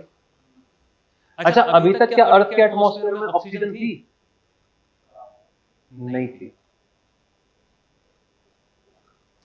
Free oxygen is a very precious commodity. ये जो 21% ऑक्सीजन मिलती है हमको सूंघने के लिए, ये बड़ी कीमती कमोडिटी है, क्योंकि ऑक्सीजन इतनी ज्यादा रिएक्टिव गैस है कि वो एटमॉस्फेयर में रह ही नहीं सकती, वो रिएक्ट कर जाएगी। तो एटमॉस्फेयर में जो ऑक्सीजन थी it was in the form of carbon dioxide और H2, या तो वाटर वेपर के फॉर्म में थी कि हाइड्रोजन के साथ ऑक्सीजन चिपका हुआ है, या कार्बन के साथ चिपका हुआ था CO2 के फॉर्म में। तो अपने एटमॉस्फेयर में H2O, वाटर वेपर और कार्बन डाइऑक्साइड दोनों बहुत हाई। दोनों हाई होने का मतलब ये है कि अर्थ में ग्रीन हाउस इफेक्ट बहुत ज्यादा होगा। रेशनल समझ रहे हैं आप, अर्थ की कहानी समझते जा रहे हैं। दोनों ही केसेस में अर्थ के ऊपर ग्रीन हाउस इफेक्ट बहुत ज्यादा। भाई CO2 is also green house gas, H2O is also green house gas. और मैंने आपको ज्योग्राफी जब स्टार्ट कर रहा था तो मैंने क्या कहा था, हम डिस्कस कर रहे हैं अर्थ के मिरेकल्स जिसकी वजह से अर्थ पे लाइफ पॉसिबल हुई। हम आ पाए क्या उस एनवायरनमेंट में? हम आ पाते? पता ही नहीं आ पाते। अर्थ को हमारे लिए तैयार किया जा रहा। तो अगर इतने सारे कार्बन को खींचना है एटमॉस्फेयर से, तो कोई ऐसी चीज चाहिए जो इस कार्बन को खींचे और कैप्चर कर ले। तो उग गए पेड़, ठीक है। Now the earth is being ruled by trees. Temperature भी ज्यादा है, पानी भी है, कार्बन भी है, ट्रीज की तो मौज। पेड़ों को बढ़ने के लिए क्या चाहिए? Temperature, carbon dioxide, water. All three things are present in भारी मात्रा। So the earth was ruled by trees. और जब ये पूरे जंगल बन गए तो इन जंगलों ने क्या किया? पागलों की तरीके से कार्बन को खाना शुरू कर दिया। हर तरफ से कार्बन कैप्चर, कार्बन कैप्चर। उन्होंने कहा इतना बहुत सारा कार्बन, मजा ही आ गया, ठीक है। Now once they started capturing the carbon, तो हमने देखा कि अब हमारे एटमॉस्फेयर में फोटोसिंथेसिस की वजह से ऑक्सीजन हो गई ज्यादा, 33-34% ऑक्सीजन। हम आए तो जल जाएं, इतनी ऑक्सीजन भी तो खराब है, ठीक है। ऑक्सीजन क्यों खराब है? जब क्लाइमेटोलॉजी पढ़ेंगे तब चर्चा करेंगे। तो बहुत ज्यादा ऑक्सीजन हो गई। अब जरूरी हो गया कि भाई पेड़ों को मार दिया जाए। नेचर का प्लान देख रहे हैं आप। अब ये होगा कि नहीं बहुत हो गया यार, ये पागल हो गया क्या, ये तो ओवरफ्लो हो गई टंकी, पानी की टंकी बंद करें, ठीक है। वहां पे अर्थ ने चिल्लाना शुरू कर दिया, तो ठीक है, तो सारे पेड़ लेके मार दिए। वही पेड़ कोयला बन गए, जमीन के अंदर चले गए, कार्बन कैप्चर हो गया। ये थोड़ी पता था कि हम पैदा होने के बाद वही खोद खोद के जलाना शुरू कर देंगे, फिर से वैसी कंडीशन। कार्बन कैप्चर होने के बाद हमने देखा कि यार पैलियोज़ोइक एरा हो गई खत्म, ठीक। अब जब इतनी ज्यादा ऑक्सीजन थी तो हम उसमें भी जिंदा नहीं रह सकते थे। नई वाली आज की आम लाइफ, गरीब लोग हम लोग, तो इतनी ज्यादा ऑक्सीजन को कैप्चर करने के लिए, तोड़ने के लिए भी किसी चीज की जरूरत थी। वो चीज जो बहुत बड़ी सी हो, जिसके बड़े बड़े फेफड़े हो, धड़ाधड़ सूंघे, रेस्पिरेशन करे और CO2 फैलाए, राइट। तो हमने देखा कि एक मीसोजोइक एरा, छोटू सी क्यूट सी मिडिल लाइफ कि अर्थ की ऑक्सीजन और टेम्परेचर को रेगुलेट कर दे हम थोड़ा सा। तो हमने देखा कि इस एज में जो वर्टिब्रेट्स थे जिनकी रीढ़ की हड्डी थी वो भाई मासिव साइज के हो गए, बड़े बड़े बड़े बड़े सरीसर, बड़े बड़े रेप्टाइल्स, जिनको हमने प्यार से बोला डायनासोर। ठीक है, तो डायनासोर बनने लगे। उस एरा को हमने 3 भागों में डिवाइड किया। पहले 2 भाग क्यूट, ठीक है, ट्राइएसिक और जुरासिक। ट्राइएसिक नाम आया है 3 लैंडफॉर्म्स के मिश्रण से जो जर्मनी में है, उन्होंने नाम दे दिया ट्राइएसिक। जुरासिक आया है जूरा माउंटेन से जो रशिया में, वहां से नाम ले लिया हमने जुरासिक। ऐसी मौज कर रहे हैं हम लोग, मतलब कोई फर्क नहीं पड़ रहा है, ठीक है, नाम ले लेके हम नाम डालते जा रहे हैं। ठीक है, इसमें भी हो गया, मैंने आपको बताया lower Jurassic, middle Jurassic, higher Jurassic. ठीक है, डायनासोर ही डायनासोर हो गए बड़े बड़े। इन्होंने क्या किया, कार्बन कैप्चर, वो सॉरी CO2 लेके, ऑक्सीजन लेके CO2 देना इन्होंने शुरू किया, बैलेंस आउट किया, क्योंकि CO2 तो ऑलमोस्ट खत्म हो गई। अभी कितनी है CO2? 0.03%, तो थोड़ी तो चाहिए थी, थोड़ी तो ग्लोबल वार्मिंग के लिए चाहिए। तो इन्होंने कहा भाई ऐसा करो, थोड़ी CO2 रिलीज कर दो यार, ऑक्सीजन लो, यूज करो। तो इन्होंने यूज करना शुरू किया। ट्राइएसिक जुरासिक के बाद डायनासोर खत्म। लेकिन अभी भी अर्थ जो है हमारे लिए तैयार नहीं हुई है, न्यू लाइफ के लिए तैयार अभी अर्थ नहीं हुई है। अभी एक ब्लॉक बचा था यहां कि जो एटमॉस्फेयर में गैसेस हैं और भी सॉल्ट्स हैं, कैल्शियम वेल्शियम है, कोई ऐसी चीज आए जो उसे कैप्चर कर ले।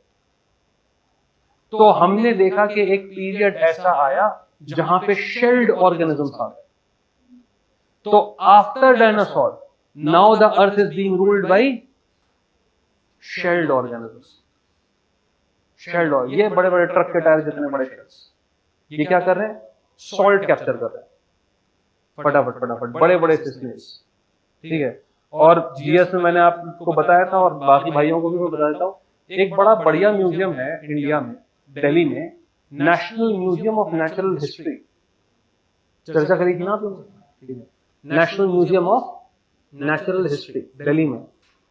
ये 4 फ्लोर का म्यूजियम है। तो जब इसमें एंटर करते हैं तो जो फर्स्ट फ्लोर है इस म्यूजियम का, that floor is dedicated to prehistoric. ठीक है, वो ऑर्गेनिज्म। तो जैसे ही आप म्यूजियम में एंटर करेंगे, एक इतना बड़ा सा शेल रखा हुआ है, फॉसिल, फॉसिलाइज्ड शेल, इतना बड़ा सा, 800 मारुति 800 के टायर जितना। अब आपको पता होगा कि जब किसी चीज का फॉसिलाइजेशन होता है तो उसका साइज श्रिंक हो जाता है, इतना प्रेशर पड़ता है कि वो श्रिंक हो जाता है, सेम साइज का नहीं रहता है।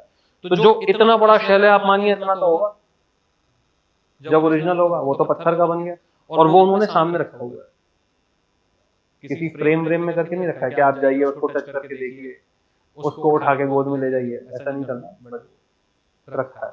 तो मैं तो जाके यार बड़ा फैसिनेट होता था, मैं तो बचपन से जाता था, मुझे मेरी जिंदगी की फेवरेट चीज थी वो शेल, क्योंकि मुझसे उठता नहीं था, मैं छोटा था, और घर वाले भी जो है, पेरेंट्स भी मेरे प्रमोट करते थे इस चीज को कि भाई जाएं। तो मतलब हम लोग जाते रहते थे, कोई फ्रेंड्स आते थे हमारे, कोई रिश्तेदार आते थे, तो उनको लेके पहुंच जाते थे, क्योंकि वो बहुत एक्साइटिंग लगता था। वहां डायनासोर की हड्डियां रखी, फेमूर वेमूर, ये बड़ी बड़ी टेबल जितनी बड़ी हड्डी, फॉसिल्स डायनासोर के, प्री हिस्टोरिक बर्ड्स के एग्स रखे हैं। तो बहुत ही शानदार म्यूजियम था। अभी कुछ साल पहले उसमें आग लग गई थी, तो बहुत सारे वहां के स्पेसिमेंस जल गए, जो सेकंड और थर्ड फ्लोर पे थे, प्लांट्स के, बर्ड्स के, एनिमल्स के। वो ऐसा भूसा भर के बहुत सारे स्पेसिमेन उन्होंने रखे हुए थे, बहुत सारी एक्सटिंक्ट स्पीशीज के मॉडल बना के उन्होंने रखे हुए, सेम कलर और फर के साथ। तो मुझे बड़ा अफसोस हुआ था, वो कुछ ऐसी चाइल्डहुड मेमोरीज होती है ना कि साहब वो चीज है। और उसके आगे उन्होंने बहुत बड़ा सा डायनासोर का मॉडल बना के रखा है, फिक्की ऑडिटोरियम में ऐसे बस निकलती थी हमारी कभी, तो बड़ा सा डायनासोर लाइफ साइज टीरेक्स वहां पे खड़ा करके रखा है। तो बचपन में वो चीजें बड़ी एक्साइटिंग लगती थी उसमें देख के। तो इतने बड़े बड़े से स्नेल्स थे। अब जब ये सब कैल्शियम वेल्शियम कैप्चर हो गया, तो अब जरूरी था कि ये मरे। ठीक है, तो जब ये मरे तो इनके जो शेल्स थे उसमें क्या था, कैल्शियम कार्बोनेट। वो कैल्शियम कार्बोनेट का सेडिमेंट्री रॉक बन जाएगा, बनेगा कि नहीं बनेगा? तो जो लाइमस्टोन आप निकालते हैं, लाइमस्टोन कैल्शियम कार्बोनेट, वो इन्हीं शेल्स का बना, वही कंप्रेस करके मार्बल बन जाता है मजेदार चीज। ठीक है, तो जो चूना पत्थर निकलता है वो इनका फॉसिल है, इनकी देन है, इसीलिए इस पीरियड का नाम रखा गया क्रिटेशियस। क्रिटेशियस का मतलब होता है लाइम, लाइमस्टोन। ठीक है, ऐसे अगर आप नाम याद रखेंगे तो अब याद हो गया। ठीक है, अब अगर आप ऐसे पूछें तो पैलियोजोइक, मीसोजोइक, काइनोजोइक। पैलियोजोइक के पीरियड कौन कौन से हो गए? Cambrian, Ordovician, Silurian, Devonian, Carboniferous, Permian. 6 हो गए। ठीक है, चाहे तो आप इसका शॉर्ट फॉर्म में बना के लिख सकते हैं। उसके बाद मीसोजोइक तो 3, ये तो बहुत आसान है, ट्राइएसिक, जुरासिक, क्रिटेशियस। क्रिटेशियस मैंने आपको बता दिया, लाइमस्टोन। पूरी अर्थ की कहानी अभी तक समझ में आ रही है। अब साहब नई life I, dawn of the new life, dawn of the life that we can see now, mammals। अब अर्थ को रूल करेंगे स्तनधारी मैमल्स। स्तनधारी मैमल्स क्या होते हैं? मैमल्स वो ऑर्गेनिज्म होते हैं जिनके मैमरी ग्लैंड्स होते हैं, जिन ऑर्गेनिजम्स के पास मेमोरी ग्लैंड्स होते हैं, ब्रेस्ट होते हैं, जो अपने बेबी को मिल्क बना के फीड कर सके, they are called mammals. Hindi में बोलते हैं ना स्तनधारी। उससे पहले जितने भी ऑर्गेनिजम्स थे, क्या वो अपने बेबीज को फीड कर रहे थे? भाग के खाते थे। सांप के बच्चे क्या करते हैं? सांप के बच्चे क्या करते हैं? सांप के बच्चे क्या करते हैं? दूध पीते हैं सांप का। रेप्टाइल है ना, दूध नहीं पी सकते ना। दूध तो मैमल्स के बच्चे पीते ना। चिड़िया के बच्चे क्या करते हैं? ला के देती है, दूध थोड़ी पिलाती है, ला के देती है। फूड बॉडी में नहीं जनरेट हो रहा है ना। मैमल इकलौती ऐसी चीज है जहां पे बेबी का फूड बॉडी में बेबी के पैदा होने से पहले आ रहा है। नेचर का गिफ्ट है भाई साहब, नेचर बहुत बड़ी चीज है। बेबी के पैदा होने से पहले बॉडी में, मां की बॉडी में दूध आ जाता है सारे मैमल्स में। It's a very unique thing found only in mammals. बाकी किसी लाइफ फॉर्म में, इंसेक्ट्स में है, बर्ड में है, नहीं। और बेबी को डायरेक्ट जन्म दे रहे हैं, एग्स बॉडी के अंदर है, बॉडी के अंदर अंडा फर्टिलाइज हो रहा है, राइट। तो अब जो नई लाइफ है वो ये वाले ऑर्गेनिजम्स डोमिनेट करने वाले हैं। ठीक है, तो ये एरा खत्म हुआ। अब हमारा स्टार्ट हुआ साइनोजोइक। सीनोजोइक को अलग अलग पीरियड में हमने डिवाइड किया है, लेकिन ये पीरियड आपके काम नहीं है, ये हमको नहीं जानना। ठीक है, हमको जानने इपॉक। हमने इन पीरियड के आगे निकाल के अलग अलग इपॉक बना दिए पैलियोजोइक, सीनोजोइक के। अब इपॉक में हमने लगाया cene, Paleocene, Eocene, Oligocene, Miocene, Pliocene, Pleistocene, cene cene cene cene cene. Cene का मतलब है यहां पे न्यू लाइफ। सीन का मतलब न्यू लाइफ, लैटिन से लिया हमने।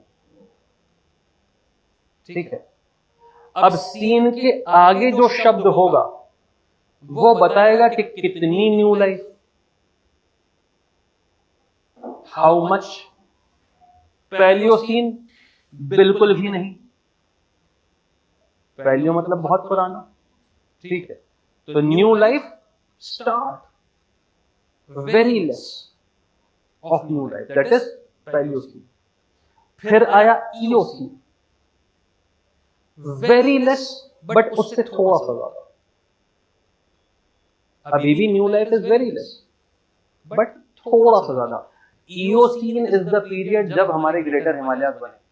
जीएस में लिखवाया था मैंने कि they were formed in Eocene period, और मैंने आपसे कहा था भूल जाना, बस इतना पता हो कि इयोसीन है। अब समझ में आया क्या है? ठीक है, पैलियोसीन मतलब नई लाइफ अभी तक शुरू नहीं हुई, मतलब वो बीच का गैप बहुत कम। इयोसीन अभी भी बहुत कम बट पैलियो से थोड़ी सी ज्यादा। फिर आया साहब ओलिगोसीन। ओलिगोसीन एक टर्म होता है इकोनॉमिक्स में, ओलिगार्ची, ओलिगोपोली सुना है, ओलिगोपोली। मोनोपोली सुना है, मोनोपोली। मोनोपोली का मतलब एक ही आदमी की मोनोपोली, एक ही कंपनी जो रूल कर रही है। मोनोपोली से थोड़ी सी कम खराब होती है ओलिगोपोली, फ्यू। ओलिगोपोली मतलब few families are ruling over that economy, मतलब इतना कंपटीशन नहीं है, वो दो तीन है जिन्होंने कैप्चर करके रखा है। ठीक है, तो ओलिगोपोली भी मोनोपोली जैसी होती है, बट दो तीन एक्टर्स उसमें ज्यादा हो जाते हैं। ठीक है, तो ये क्या हो गया, ओलिगोसीन। तो ओलिगोसीन में लाइफ बहुत ज्यादा होगी नहीं, थोड़ी सी है, बट इओसीन से थोड़ी सी ज्यादा। फिर आया मियोसीन, काफी ज्यादा। ठीक है, फिर प्लियोसीन, बहुत ही ज्यादा। ठीक है, तो ये धीरे धीरे जो न्यू लाइफ है उसका जो अमाउंट है वो धीरे धीरे बढ़ता जा रहा है। टर्म्स का मतलब ये। ठीक है, और फिर आ गया साहब आपका प्लीस्टोसीन। ऐसा माना जाता है कि जो होमोनिड्स आपके आए वो प्लीस्टोसीन एरा से शुरू, सीधे चलने वाले इंसान, होमोनिड्स। ठीक है, और उसके बाद 11.8 मिलियन थाउजेंड ईयर्स के इस थाउजेंड ईयर्स का आया हमारा होलोसीन। जब हमने कहा कि साहब last iron age, last ice age खत्म हुई 10,000 बीसी, 10,000 साल पहले, 10,000 बीसी। 10,000 बीसी में हमने कहा ना कि भाई पैलियोलिथिक एज खत्म हो गई। तो पैलियोलिथिक एज से पहले लोग पैलियोलिथिक थे ना, पत्थर का यूज कर रहे थे, होमोनिड्स थे, दैट वाज प्लीस्टोसीन। प्लीस्टोसीन खत्म होने के बाद आ गया आपका होलोसीन, तो जो स्टोन एज वाला एरा है फ्रॉम 10,000 बीसी टू नाउ। हाँ, pleistocene, last ice age pleistocene ice age बोलते हैं ना उसको। नहीं नहीं, आइस एज बीच में आई थी, बीच में अलग अलग जगह पे अलग अलग टाइम की आइस एज। ठीक है, ये आइस एज का पीरियड अलग है, पूरे नीचे से ऊपर तक आइस एज नहीं है। ठीक है, कोई कंफ्यूजन भाई, कोई कंफ्यूजन आपको नहीं ना? ठीक है, ये बीच में ये वाली आइस एज आ गई, उससे पहले हम आइस एज की तो बात कर ही नहीं रहे ना। नहीं नहीं नहीं नहीं नहीं, इतनी लंबी थोड़ी चलेगी आइस एज, इतनी लंबी नहीं चलती, 10-12 हजार साल इतनी होती है आइस एज। ठीक है, तो ये 10,000 बीसी पे खत्म हो गई, यहां से हमारी स्टार्ट हो गई होलोसीन। होलोसीन मतलब पैलियोलिथिक एरा खत्म, अब नया मॉडर्न आदमी आ जाए। और उसके बाद आपने पढ़ा होगा करंट अफेयर्स में कि अभी इसमें एक और क्वार्टरनरी पीरियड में एक एज ऐड हो गई है। क्वार्टरनरी में प्लीस्टोसीन आ गई, होलोसीन आ गई, क्वार्टरनरी में एक और एज ऐड हो गई है जिसको हम कहते हैं मेघालयन एज। सुना है कि नहीं सुना है? न्यूज़पेपर में मेघालयन एज, ये उस टाइम आया था जब आप पढ़ नहीं रहे थे ध्यान से, जब आप चाणक्य में थे। ये उस जमाने की बात है। ठीक है, मेघालयन एज सर्च करिए, मेघालयन एज अभी तुरंत सर्च करो। हाँ हाँ, देखिए कब से स्टार्ट हुई है मेघालयन एज, 5,000 ईयर्स बैक से स्टार्ट हुई।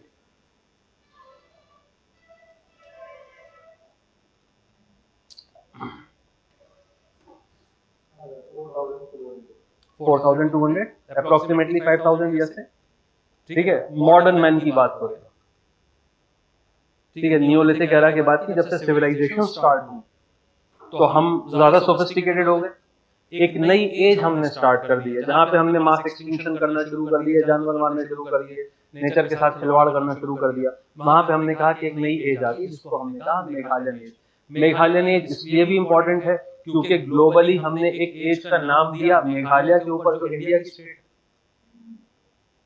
इंडिया का रीजन है, सिर्फ इंडिया में हम नहीं मान रहे मेघालय, ये तो ग्लोबल नाम रखा गया ना यार।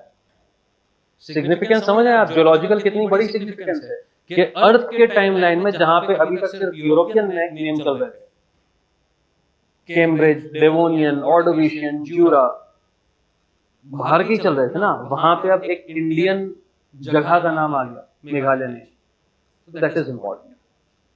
तो आई होप के अर्थ की पूरी हिस्ट्री समझ में आ गई होगी, पूरी कहानी आपको समझ में आ गई, कोई टेंशन, कोई परेशानी, कोई दिक्कत इस चीज में समझ में आ गया, कैसे कैसे स्पीशीज चेंज हुई और हमारा आज का एटमॉस्फेयर कैसे बना। ठीक है, तो ज्योग्राफी पढ़ने से पहले ये प्रीफेस थोड़ा सा जरूरी था कि आप अप्रिशिएट कर सके कि हम आगे क्या पढ़ने वाले हैं।